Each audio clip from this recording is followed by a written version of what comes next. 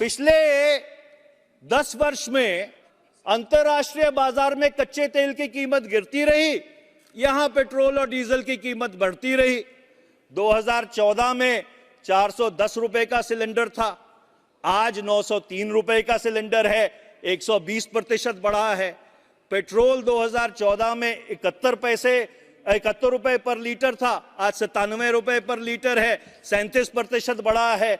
Diesel 55 रुपए litre था, आज 90 रुपए लीटर है, 64% बढ़ा है।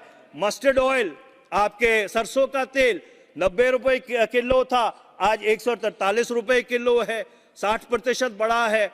आटा 22 रुपए किलो था, आज 35 रुपए किलो है, 60% बढ़ा है। दूध 35 रुपए का लीटर था, आज 60 रुपए लीटर है, 71% बढ़ा है। और आप ये कहती हैं कि हमने अर्थव्यवस्था के परकच्छे उड़ा दिए। अगर आप इन सब आंकड़ों को संज्ञान में ले तो पिछले 10 वर्ष में महंगाई ने आम आदमी की कमर तोड़ दी है। मुझे याद है सुषमा स्वराज जी यहां बैठती थी जब नेता प्रतिपक्ष होती थी, तो वह कहा करती थी कि गृहिणी के आंसू बह रहे हैं। आज सही रूप में गृहिणी के आंसू बह रहे हैं। और आखिर में मैं एक बात कहना चाहता हूं, आपने 10 वर्ष से फोन बैंकिंग की बात की। आप तो एक बहुत पढ़ी लिखी अर्थशास्त्री हैं, आपको यह बात मालूम है कि किसी भी लोन को सैंक्शन करने से पहले उसका जो चीफ जनरल मैनेजर है वो ड्यू डिलिजेंस सर्टिफिकेट साइन करता है, उसके बाद उसका बोर्ड ऑफ डायरेक्टर्स उसको अप्रूव करता है।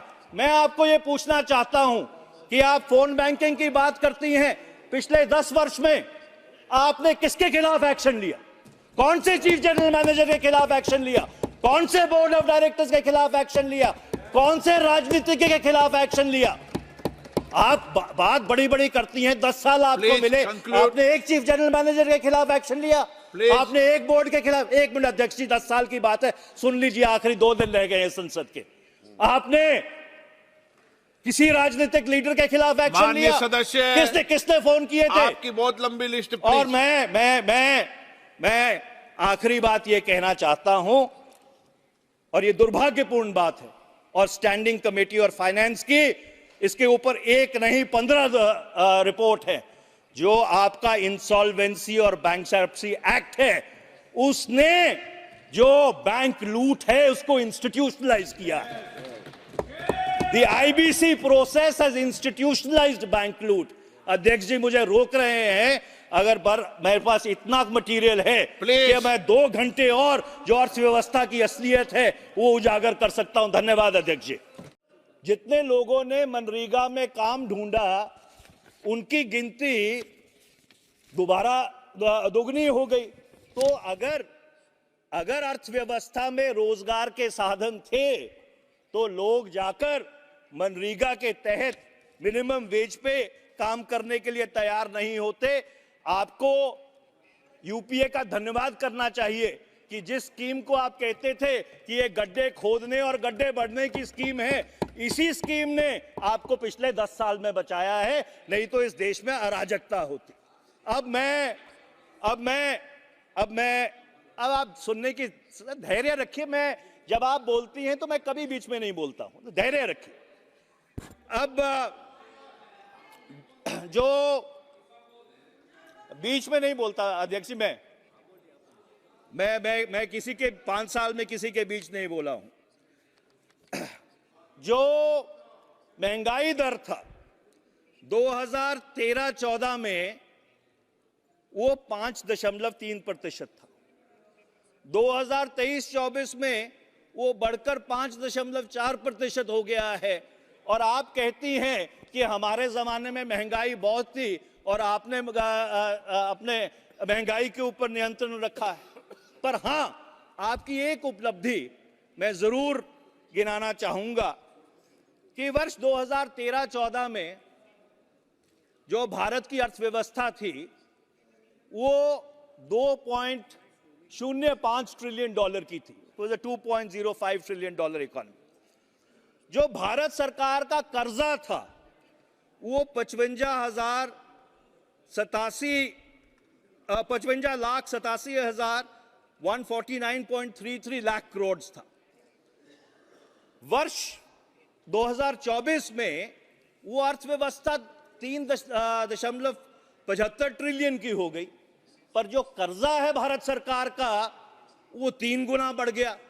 And the total debt and liabilities of the government on 31st of March 2024 is 168,72,554.16 lakh crores। मतलब 10 साल में आपने 112,85,394.83 करोड़ का कर्जा पिछले 10 साल में लिया है। इसका यह मतलब है कि जो ज्यादा कर्जा लिया है, और उसका सबसे बड़ा प्रमाण यह है कि आपके बजट को जब आप ब्रेक डाउन करें, जो आप ही के आंकड़े हैं बाय द रूपी, तो जो सबसे बड़ा उसका कंपोनेंट है 28 पैसे का वो बोरोइंग्स है, और जो सबसे बड़ा आउटगो है 20 पैसे का वो आपकी क्या कहते हैं ब्याज की पेमेंट्स है, इंटरेस्ट पेमेंट्स है। तो ये जरूर आपकी उपलब्धि है कि भाई भारत के ऊपर आपने पिछले 10 वर्ष में 112,85,394.83 करोड़ का कर्जा बढ़ा दिया। अब मैं जीडीपी के ग्रोथ रेट पे आता हूं। वर्ष 2005 से लेकर 14 तक भारत की जो अर्थव्यवस्था थी क्यूमुलेटिवली वो 6.8% से बढ़ी, और 2015 से लेकर 2024 तक वो अर्थव्यवस्था 5.9% से बढ़ी। और आप ये कहती हैं कि हमने अर्थव्यवस्था का सत्यानाश कर दिया, हमने अर्थव्यवस्था बर्बाद कर दी, हमने सारे बैंक लूट लिए। तो अगर ये सारी बात सही है वित्त मंत्री जी, तो ऐसा क्यों है कि जो हमारे 10 साल का कार्यकाल था उसमें अर्थव्यवस्था आपके 10 साल के कार्यकाल से ज्यादा बढ़ी? और ये दोनों जो आंकड़े हैं 2011-12 की प्राइसेस के ऊपर है, इसमें फर्क नहीं है कि 2004-5 की प्राइसेस के ऊपर कोई आंकड़ा है और 2011-12 की प्राइसेस के ऊपर कुछ आंकड़ा है।